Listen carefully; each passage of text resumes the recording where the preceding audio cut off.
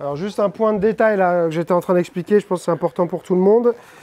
D'une manière générale, essayez d'avoir des défenses actives. C'est-à-dire qu'il me fait son crochet de l'avant. Ou non, on va faire le crochet de l'arrière parce qu'il est plus puissant. Alors voilà, je me mets en position et il envoie. Je pars. Maintenant, regardez, j'ai la main plus basse au départ, il envoie. Je bouge plus. Pourquoi? Parce que je ne suis pas passif. Je ne me suis pas mis en position, genre c'est bon, je suis protégé, vas-y, je reçois. Et je suis passif à ce moment-là, il ne se passe rien. Il faut essayer de mettre de l'actif. D'accord? Donc il fait son jab, paf, boum, boum. Vous voyez? Je lève au moment où je rentre au moment où ça arrive, mais ce n'est pas 1, 2. Ok? Ça vous protège. Mais souvent, et tu me disais, du coup, toi, c'est ce qui t'arrive, quand on est comme ça, bah, on se fait beaucoup plus emporter que quand on va être ram, ram. D'accord? Même si, par exemple, tu me fais, je sais pas, 3-4 crochets. Boum, boum, boum, boum. Vous voyez, je vais faire ça. Je vais pas faire... D'accord? Des fois, je fais ça. Là, je suis pris de vitesse, je panique, je suis pas bien et tout. Mais si je suis un minimum lucide, je vais plutôt essayer de faire ça. Et ça ne veut pas dire que je vais faire ça. Hein, c'est juste être un peu actif. D'accord? Au moment de l'impact, il y a eu un mouvement, il y a eu quelque chose. Pas, ok, je suis un sac de frappe, je bouge pas, c'est toi qui me tapes. Ok, essayez de retenir ça, ça fait vraiment la différence et c'est un point important. Maintenant, on va commencer un peu par le commencement. Le ricochet depuis le catch. Et donc, vous allez voir l'avantage du catch, c'est ce que je leur ai expliqué. Ils me disaient, bon, sur le jab, moi j'ai tendance à dévier. Ce que j'expliquais, c'est que le catch, il va vers l'avant. Donc, en réalité, votre objectif, votre cible, elle est là. Quand je fais ça, est-ce que je vais vers ma cible? Non. Quand je fais ça, est-ce que je vais vers ma cible? Ma direction, elle est là. Donc, boum. Donc, on va travailler 1, 2, 3, boum. Là, boum, boum, boum. Là, 1, 2. Ça, c'est pas un jab, mais moi, j'aime bien mettre la main devant le visage. Donc, c'est comme un jab. Vous chassez, vous envoyez la jambe avant. Doucement. Boum, boum. Vous pouvez légèrement lever votre coude. Moi, je ne recommande pas souvent, j'aime bien les directs bien serrés, tout ça. Mais quand vous catchez, pour passer un peu au-dessus, vous pouvez lever un peu. D'accord?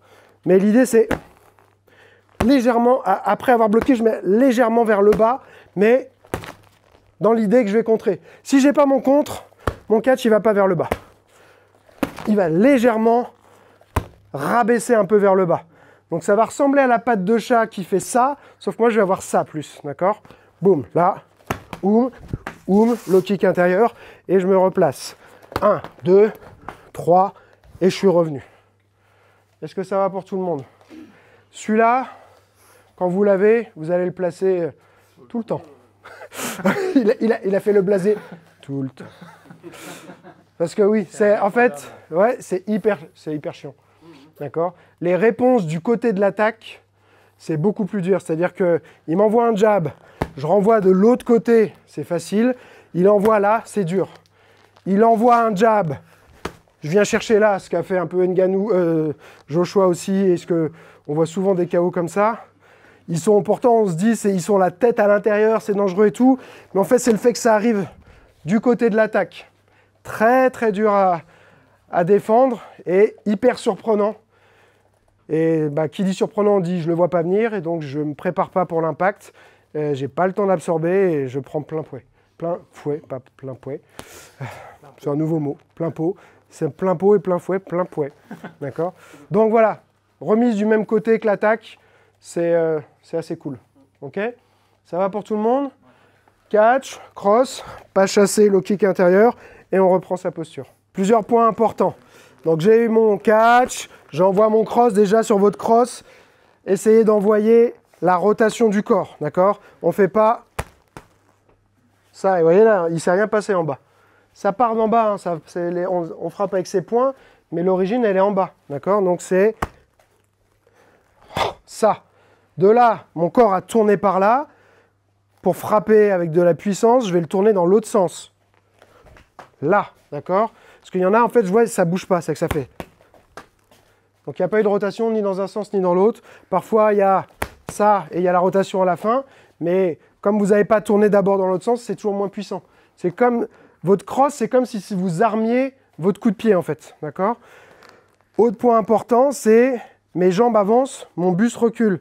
Je ne fais pas tout vers l'avant, je ne fais pas ça. S'il envoie un truc à ce moment-là, on a vu des KO sur les low kicks, que ce soit les low kicks arrière, les low kicks avant, les gens où c'est tout le corps qui avance.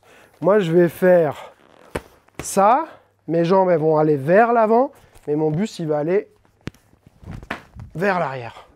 Et ça m'emmène, ça me permet de ressortir, parce que je mets mon poids en arrière, donc après, je suis là, j'ai juste à me laisser repartir en arrière. D'accord? Donc ça, c'est des points importants. Après, c'est une question de style. J'ai vu que toi, donc, avec le côté un peu karaté, un peu plus armé, moi, j'aime mieux envoyer l'ensemble de la jambe, tu vois, qui vient un peu se déplier comme ça, mais je fais pas un truc qui fouette. C'est je suis là et c'est waouh, t'envoies et tu ressors. Ok? Et essayez de travailler vraiment. Je vous ai expliqué pendant l'échauffement ce matin que le corps, il travaille beaucoup en chaînes croisées. Donc, il faut les créer, ces croisements. Poum! Vous voyez? Là. Et là, maintenant, dans l'autre sens. Boum! Tac, tac. La marche, c'est ça. Boum, boum. C'est l'opposé à chaque fois. Là, là.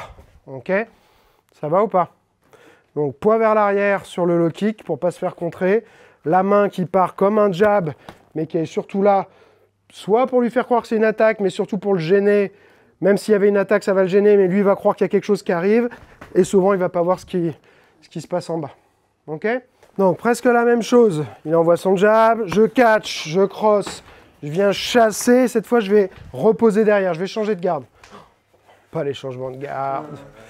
OK? Donc, au lieu de ressortir là, je vais faire boum, et je rentre ensuite à nouveau avec cette jambe, mais en direct. Il peut mettre les gants s'il veut. Je vous montre doucement.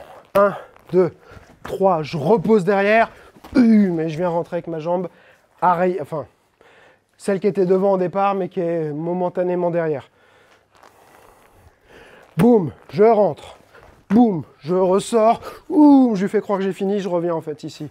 Soit je vois qu'il veut se rapprocher, je l'arrête, mais c'est aussi simplement une stratégie pour casser le rythme, lui faire croire que j'ai marqué mes points, je veux m'arrêter là. Boum, et en fait, je viens chercher ici.